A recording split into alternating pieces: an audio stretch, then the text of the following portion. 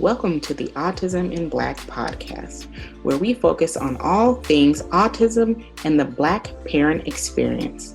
Our goal is to always educate, support, and empower parents to advocate for not only their children, but themselves.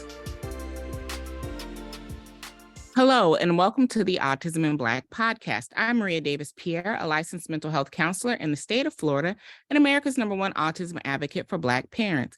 I'm the founder and CEO of Autism in Black, Inc., where we aim to include the excluded. Today, we have Dominique Mack, who is a professional educator committed to advocating for those most in need.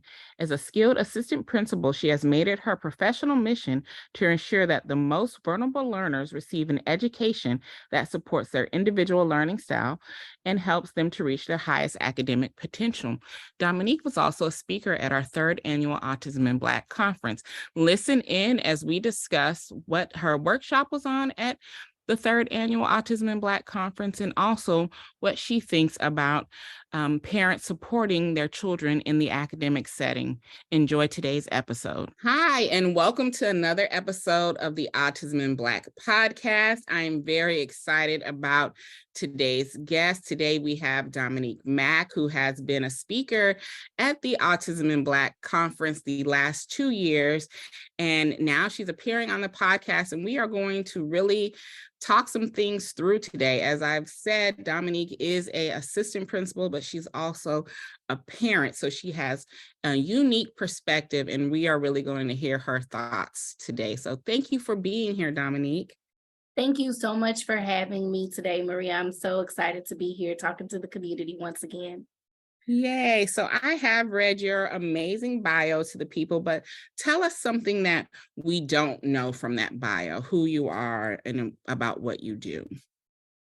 So I think the most unique thing about what I do is that I provide my services to my parents at no charge. And I know that that sounds insane.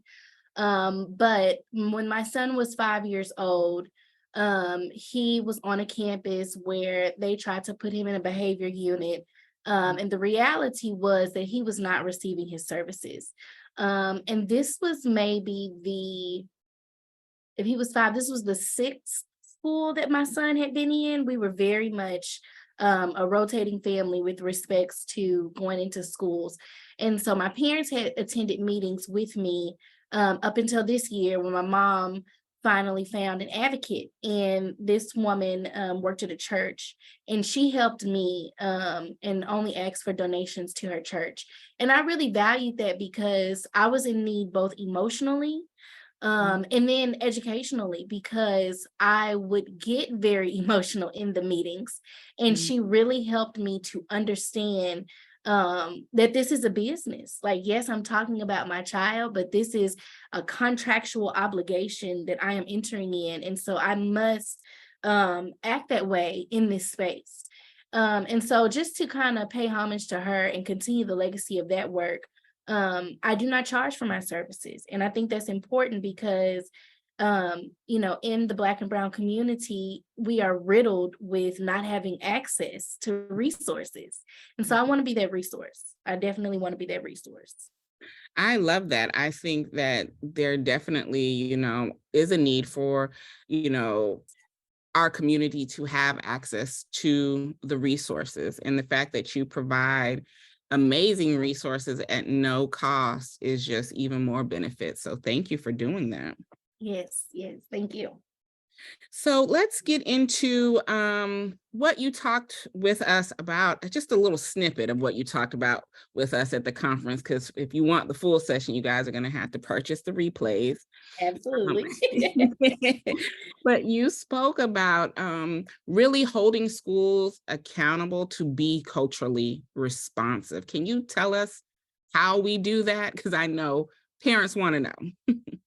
Yes. So just for all children, I mean, even if you do not have a child in special education, public education is definitely in need of support.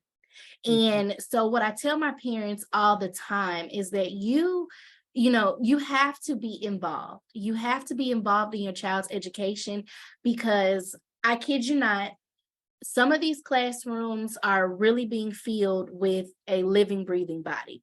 They have no background, no experience, but people need jobs. And why not become a teacher? I get my weekends off, I get summers off. And so then when you add the layer of having a child who, or really just all of our children, after the pandemic, our children are learning differently. And Mhm. so you have to really pay attention to what is being put in front of your child and how it is being delivered, because and I don't even want to blame the teachers, because it's a lot of moving parts. But that's why your role as the parent is so important, because you have to bring the gaps to the surface. You have to be able to ask, okay, what is this that you are bringing my child? So, for example, this district that I worked with a parent, this was Black History Month, and the students had to read an article. This is an elementary. And in the article, they were talking about a group of African American boys trying to make good trouble. Okay, we're familiar with that. Mhm. Well, when it came to the resource to support the document, it referenced the men or the young boys as colored people. Nowhere in the article did it mention colored to describe these African Americans. And so when I was speaking with the parent, I had questions, are they mentioned like this in the article? Because it's not culturally appropriate. It is Right. 2023. We are not identifying children in that way or people of color in that way at all. Mhm. So, but had she not been an involved parent, it would have never been seen. And Exactly. that's not even talking about children with special education needs. That is all, that paper went to all children. And so it's really about being intentional with your time, and not saying that you're going up to the school, sitting in classes, but paying attention to what is taking place in the classroom and ensuring that what is being put in front of your child makes sense. And then Mhm. that added layer of special education, that's a whole nother thing, because is what we're doing going to benefit my child in the long run? Are these tied to the goals? And you have to ask those questions, otherwise there will never be change and growth.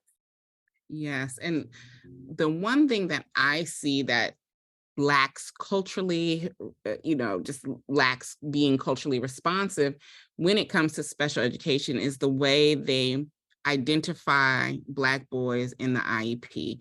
using all types of negative terms to describe things that are one, adultification of the children anyway. And then they're so broad terms that when you ask them, can you explain this? It's not even fitting the term that they're using. And that's one of my pet peeves that I see in IEPs. Absolutely. And to add to that, one thing I've seen this twice now. It's not anything I'm familiar with in my district particularly, but they will include the referrals. There's a question that says to include the child's disciplinary history. And so they will include the referrals, and the referral language is Mm, what gets under my skin, because it uses terms like aggressive mhm, or violent and things like that, when in reality, you are saying that this child's clear was clearly tied to their disability, their behaviors tied to their disability. Okay. You are now blaming them for those behaviors. And it's not at all appropriate. It's disgusting. It's borderline, there's some prejudice and some biases there. And the schools will always say, well, we have to include it because it happened. You may need to state that the situation occurred, but the language that you are using, because the purpose of that documentation is so that anybody who comes in contact with that child will know how to appropriately um, address the child's needs. And so mhm. when you put stuff in there like aggressive, violent, then it's a natural response for someone to have preconceived notions. Yes. And so you already set that child up for failure, because now I'm looking for you to be aggressive. I'm looking for you to be violent. And Mhm. the biases that come along with that, people will unintentionally, and I'm being positive because I believe in coming with the right frame of mind, but people will unintentionally put those children in situations where they Mhm. will react that way, to be able to make the document be the quote unquote truth. When in reality, no, you've set me up because you've already thought this of me. Mm-hmm. Mm-hmm. So And it's just this happened with my own child. And the way that it happened just really threw me for a loop because it was a new person on our team, so they weren't familiar with the type of parent that I am. mhm, And you all listening know the type of parent that I am. So she had put in his IEP that as a part of his present levels, that he pushed a little girl. And one, it had nothing to do with the goal. Two, it had never been mentioned before at all. Never been mentioned to me. I'm constantly at the school volunteering. I'm constantly checking in. And I said, what was the need of you putting this here in the IEP? She said, I think people need to know. But you didn't think I needed to know? So if it wasn't important for me to know, you think it's important to put in the IEP? Like you're not making sense. And if he did it one time, what happened one before that? time. What did That's she do? mhm. We don't That talk was about gonna that be behavior before. That's exactly where I was going to go, because a lot of the educational system and the people, they will put stuff in the IEPs and there's no data to back it up. Mm, One time is not data. no, not at all. Not at all. And I was like, this is not, I said, no, you're gonna have to take that out because you're not giving me it has nothing to do with anything at this point. And you just threw it in there to throw it in there. Yeah. Like he pushed somebody once. That doesn't need to be included in a present level goal. Like just take it out, But if Absolutely. parents do not know their rights, if they're not aware, then things like that stay. And like you said, these preconceived notions happen because somebody could very well have read that about my Black little son and was like, oh, he likes to push little Hit girls and on the push. playground. He's aggressive. He's violent. Yep. I have worked in some of the poor schools and I've worked in some more affluent schools. And I can tell you the difference has always been the parent. Mhm. Which is why I try to educate my parents on you have to show up. And not only show up, you have to really get involved. You have to be involved in the process because the schools are going to do what they are required to do. And the requirement is the bare minimum. Mhm. It's the bare and it's not the equitable minimum. It's not a minimum that for those who like to say equality, it's not that minimum. It's the bare minimum of what I have to do just to be able to say I did something. Mm. And I don't know any child that deserves the bare minimum. Not at all. And guys, we are getting some behind the scenes information. Remember, this is an Oh, yes. administrator who's telling us these are the behind the scenes, a bare minimum. And I think that really sets parents up because when we send our kids to school, we're thinking that the school is going to, really go above and beyond. And the way that we think of them doing their job is not the bare minimum, which is what I Correct. tell parents all the time. You have to make sure the school is doing what they're supposed to be doing, because like you said, the bare minimum is a lot of times the service that is being provided. And then when they do go above the bare minimum, then you're so grateful, but it's really like, this You should should have been doing this anyway. exactly, because Why did I have to fight for this?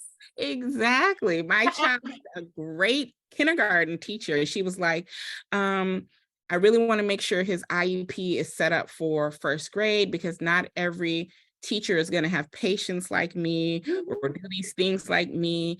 And it really was like the qualities that you should have as an educator, what she was describing. And Yep. it just, in thinking about it after the time, I was like, she was describing what really people going into the field, the type of qualities they should have, and Yes. parents don't think about those things. And that is why the parent voice is so important, Mm. because oftentimes the way in which you show up will empower the teacher because the teacher is not being empowered by the campus. Okay. She's already told you I'm an assistant principal. Okay. On the IEP, you a part of the R committee, you are required to have a teacher. And it could be the math, the English, the science, or the social studies teacher. And they are there because they are a required member of the R team. The people are not saying, let's get the most involved teacher. Let's get the teacher who has a relationship with the parent. They're saying, who's available at the time that I am scheduling this art meeting? Mm.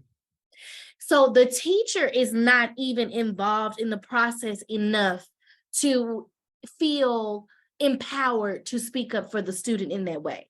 But when you come alongside the school and the teacher and the R team, and you partner with them, then your IEP meetings begin to be purposeful because everyone at the table has a clear understanding.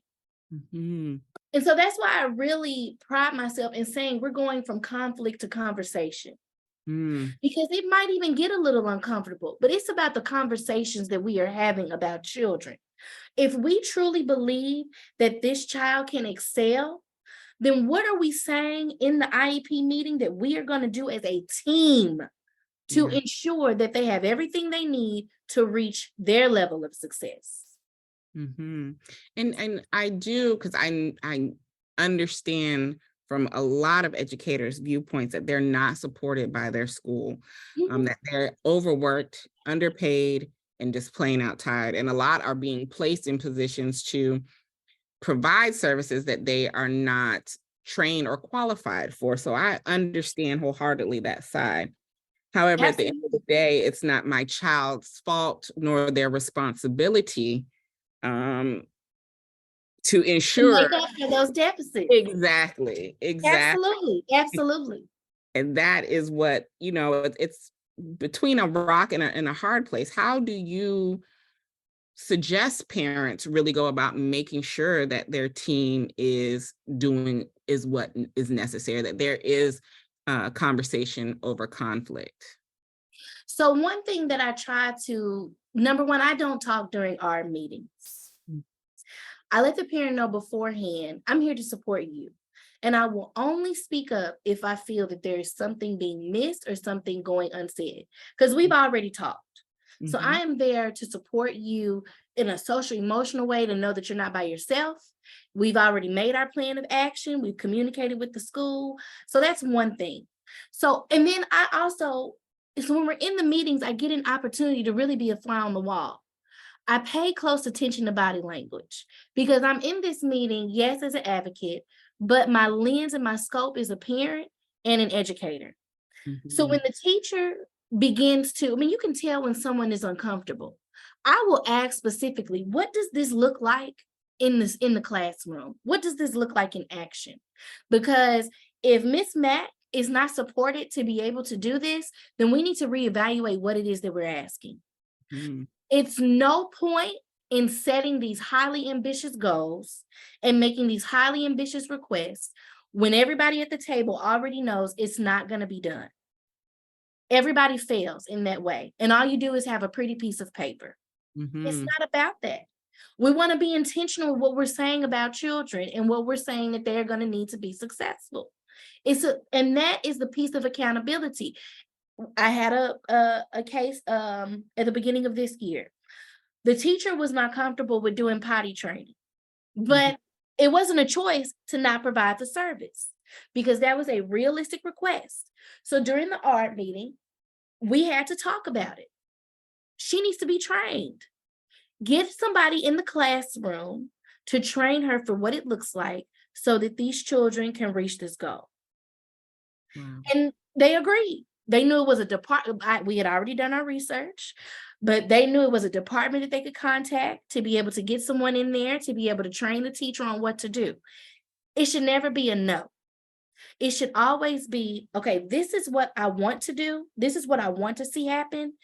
What can we do, again, as a team to make sure that this happens? It may not look like how we originally thought, but if it gets to the end goal, we can be okay with it. Because being a teacher, being a coach, being an assistant principal, I've seen it at all levels. And so it is never my purpose or desire to make a campus feel bombarded with unrealistic requests or overwhelmed, because all that does is cause friction and no one wins. Exactly.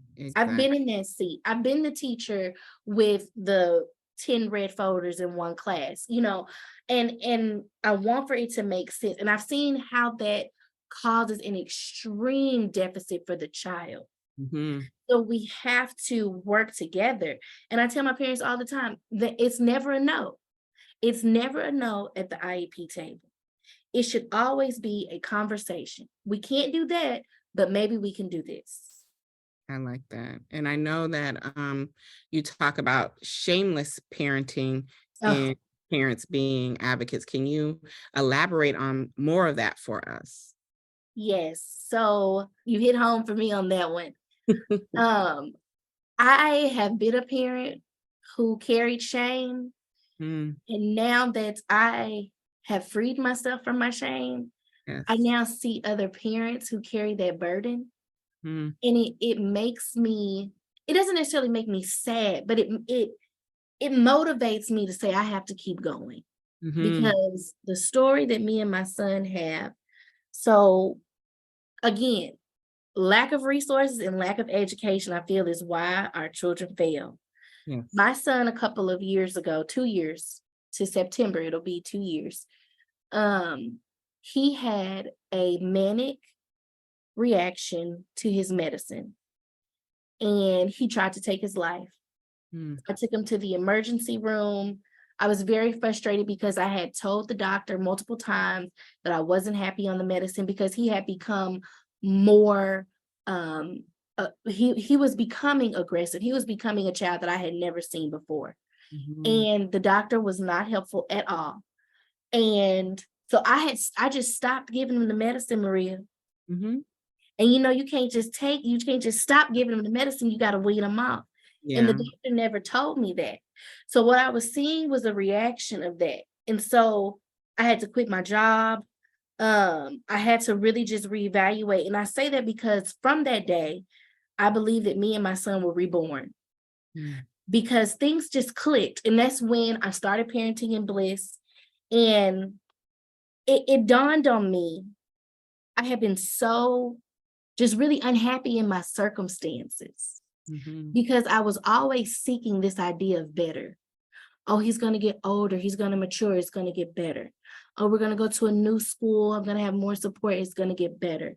Mm, Just always searching and seeking for something else. yeah. But after that day, I had to realize this right here is my better. So I have to make this be everything that it was created to be. Mm, And I have to find joy in this very moment, mm-hmm. because in the present is my circumstance. That doesn't mean that I don't set high expectations and goals for my child. But what it means is that who he is today is the child that I am raising, and I am raising him joyfully. Ooh, that's a word. Listen. And it was like from then on, I was freed from my shame, because I Mm, used to hide in my home. We wouldn't go places, we wouldn't do things. And I would really just I felt burdened. I was very much in my misery, but it was the misery that I created, because I wanted for it to be something else than what it was. And God told me this is what it is. mm, And that's why I live by Jeremiah 29:11, because he didn't, it's not this way to punish me or to cause the pain. It is this way because he knows, number one, I can carry it. And number two, because it's what he intended for me. mm-hmm. And so we have been a year in this with me having this new mentality, and we do have joy in my home, and I've released myself from the shame. And I shared this during the parent panel. My son and I just finished a season of lacrosse. Mm-hmm. And when I tell you it was everything, I'm talking every Tuesday and Thursday. Practice was a meltdown. The games, it was a roller coaster ride, but we finished. Mm-hmm. And then you know what he came to me and said after the last game? What did he say? Are we going to summer practice? Oh. And I would sit there at those practices And I could feel myself falling back into that place of shame because I was one of the only moms. The other boys had their fathers, so I started to feel, oh, single mother shame. You Mhm. know, me and my son, we kind of, we chunky bunky babies. We got a little bit of extra thickness on us, so he was struggling to keep up. So then it was that lack of athleticism shame. I could feel myself getting into all of that shame again, and I would have to call my mother and pray right there because it was not going to take me out. Mm. Our goal was to finish. It wasn't to be the best player. It wasn't to be the strongest. Any of those things. We were going to finish, and that we did. And he made friends, Maria. I love that. I love that. Yes, and so that is really what I encourage my parents that I work with. But then I create those spaces Mhm. because we often hide our children, and we have got to stop doing that because we don't want people to look and stare. No, we're gonna fall out. We're gonna get back up. Mhm. And I'm Mhm. gonna love you through it. But I create these spaces for families to be able to have inclusive experiences where they can be comfortable presenting as who they are because Mm. there's no shame in it. Mm. And you said many important things. One I wanted to touch on is the fact that the healthcare system constantly fails us. The fact that Oh, your doctor, one, did not listen to what you were seeing and even knowing as a physician that medications do not agree with everyone and that there are adverse effects that happen. And then not even explaining about titrating down on a medication and understanding, because he could have very well just died from just taking him off the medication because of seizures and things like that, depending yeah, on the medication. When you are not informed and your healthcare professional, who is the professional and knows all of these things, do not have the conversation, especially when you are expressing concern about the medication, that is just a blatant fail on their part. So I'm sorry that that happened to you. And then talking about how our goals are different in situations. And like you were saying, our goal was just to finish, and we achieved that goal. And I think if we adjusted our mindset of yeah, being in situations and adjusting our goals to realistic goals of ourselves and our children, then it would take a lot of shame away, because a absolutely. lot of shame comes from putting unrealistic expectations, also the expectations of society and how we should Woo. out in society and how we should maneuver. I mean, as Black people, before we even talk about disability, how people think that we should maneuver in society, add on the intersectionality pieces of it and how they think we should act. A lot of shame comes from that, which is why Yeah. I always stand 10 toes down on my platform on who I am, who my children are, and understand you're going to get all of this Black autistic goodness, because you're going to understand that there is no shame here. We are who we are. And if the problem is you and you're uncomfortable, then take yourself out, because we're going to go where we need to go. We're not hiding ourselves for the benefit of you. Our goals are going to be different. We're going to go in here and we're going to do our thing. And we may not be first place. We may be even last place, but at least we finish the race. So I love that you said that. And then I loved how you talked about calling on your mom and utilizing your support system in the time when you felt yourself going back and be like, nope, I'm not, I can't, reverse. I can't, have this regression. Mom, sit here, pray with me, because we're going to continue to do this. And I don't want to feel that shame. So you said so many important things throughout that story. So thank you for, one, sharing that story and being vulnerable and dropping all those gems. Yes, thank you. So, I mean, it's important because even though we know, I mean, you have this amazing network.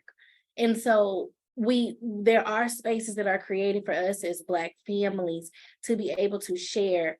The mind is so powerful, and the mind will get you to believe things that are not true every day. I Yes. really just want for, I mean, if that can be the only thing that you remember, we have to let that go because like you said, the world is trying to shame us already. Mm. And so we cannot sit and compare and say, I wish. And like I said, this is better right now. This is it. So, and some people are like, well, I don't want to believe that. The reason why you have to is because if you're constantly searching for the next, then you Mhm. won't fix what it is right now. Because there's something that can always be done in this moment to improve. Because I Mm, told my son, we shall have peace in this home. mm, we gonna work together to have peace in this home. mm. Mhm. And you have to speak life over your children. It's just I'm in a lot of groups and social media and things like that, and we do get burdened and just it can be very depressing what people say, but we have to remember that our words are so powerful. But remember that it was not created to burden us. He said Mm-mm. he has plans to prosper us. And so we really have to push ourselves to just know that this moment right now is intentional. Exactly. And I think it's so important, like you said, accepting what we are now, because I think a lot of times parents don't see or understand that their children can see what they're doing. So if you're constantly trying to, I'm doing air quotes here, fix me or cure me or get Yes. this stage or this stage so that I can be more acceptable to the society, that Yes. child sees you doing that, and then their self-esteem is not going to be high, or they're going to, have animosity towards you for always trying to change the person that they are. It's such a big deal. For one, like you said, have peace in the home. That is the child's safe space. If they can't have a Correct. safe space with you, then they're not going to have a safe space with other people, or they're going to think the safe space is with the wrong people, right? They're going to think that, oh, this person over here is showing me some love, but it's the wrong type of love, but they're getting it from them, right? And that's not what we want to show them. We want them to know that their security lies within us, that we're going to help them and that we accept them, so we can build their self-esteem so that they don't go down these wrong paths and have, people take advantage of them, or they feel like And this is the type of acceptance in the love. wrong places. Yeah, Yeah, like it's absolutely. so serious. Yes. And I just think that it's important, like you said, to accept them for what we're seeing. It's so important that your children do not see you constantly trying to change them. As they grow and change and find out more who they are, then we follow that, Yes. because I'm sure you had moments, because I know as a kid, I was ever changing and being a different person every other day, especially when I hit puberty. So it was a roller coaster ride for my parents. But, they didn't try to really change me from being who I was. They just let it ride on out. She's going to figure out who she is, and we'll Yes. be here for her. So I think that if we had more of that mindset instead of placing our own goals and intentions on our children, it would make a difference, and we will have peace in that home, right? And it doesn't mean that we don't set goals. That doesn't mean that we don't believe that, children are filled with infinite possibilities. It just Mm, means that you open your eyes and you see what is really in front of you, what is really happening. It's a lot. Recently, there have been a lot of videos on TikTok of kids tearing up their parents' homes. Kids with mm, autism tearing up their parents' homes. And my friends will send them to me. What do you think about this? What do you think about that? No judgment. Because I mm, don't live in that home. I exactly. can only speak for me. I very much see my child for who he is. Mm, However, because I want for him to have his own home one day, it starts with what I teach him in this space. mhm, And it's about a gradual release of that responsibility. This is your space to do whatever it is that you need to do. But this is mommy's space. mhm, And you mm, have to talk to the children. I mean, I don't understand the homes being torn up, because then my wondering is, what do you believe that your child is capable of? Because mm. this cannot be it. It Yes. it's saddening to believe that this is my reality is that my child is going to always destroy my space. Mhm. It cannot be that. And this is to say, during the pandemic, Clifford was taking my things, Maria, and breaking them. Wow. I mean, and I don't know, he had never done this before. I lost 1,000,000 earrings because he was taking my things and just breaking them. But we had to go to therapy Mm, because I needed to understand, why are you breaking mommy's things? yes. This is Yeah. not okay. What are you trying to communicate with me?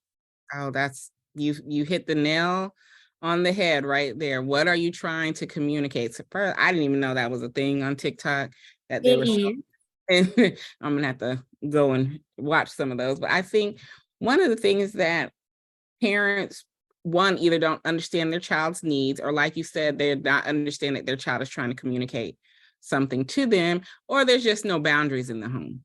There Yeah. could be multitude of things, but you do have to set up to your child to understand that, you do have to respect the property of others. You do have to respect the boundaries within the home, but also as the parent understand that there could be sensory things going on, or are you, Yes. what else is going on, like trying to figure it out.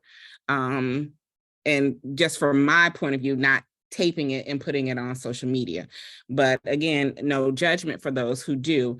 Maybe you'll find somebody who will help give you some advice by doing those types of videos. But And the yeah, only so reason much. really I mention it is because it is important for us as parents to, and that's really what this journey is about. When Mhm. you realize the reality of of the vision for your child, it is about creating, what is it that they need to get there. Exactly. Okay, so one way that they communicate is by making a clutter of a mess. So there's a reason and a rationale behind this. It's not just because this is what they want to do, because no one wants to live in chaos. So Mm-mm. you have to create systems and of support to where they're able to communicate in a better way. That's really my only reason. Like I said, no, I'm not trying to judge anyone because those are very real situations. Very well.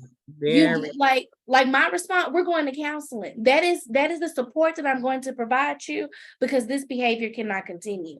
So you do have to, if it is that you're going to allow them to have space to do that, create a clear boundary. You understand what I'm saying? Like, you have to support the child in that way. And then it helps you because then you don't feel so burdened and shamed. It's not, oh my God, look what my kids did. It becomes, this is what my children were doing, and this is how I responded to their behavior. Exactly. And And now also you change they're your, saying from those videos being made that live on the internet for a long, that's just me as a therapist right. speaking to you all. You have to think about the consequences of the things you do, because the internet is lifelong as Yes, well. You have to think about those things in the moment and figure out what is trying to be communicated, and yes, also understand if it's just something that it's your expectation but not something of theirs. I have, as you guys know, all of my children have are neurodivergent, and my youngest, she has ADHD, so her executive functioning skills are quite different from mine. We both have a deficit in that area, but the way that she keeps her room is not something that I would do. But I have to also understand that's her space, and if that's how she wants to do in her space and it makes sense to her, then I can't have her have my expectation in her space. yes, So that's also something that I had to learn, is that I can't go in there and be like, you should put this here and you should put this here, because it doesn't make sense to her. It makes sense to me of why it should be organized in this in manner. this way, You exactly. know? Yes. So It's I a had learning to do curve that. every day. It is, because I had to learn that. And, I was like, I just probably just need to stay out of here at this point, because this every time I But come you in. know what? You just really made me reflect. And that's why these conversations are so important, because I put together my son's room and Mhm, he struggles to keep it clean. So when mhm. I get off this call, I'm going to ask him, do you like how your room is?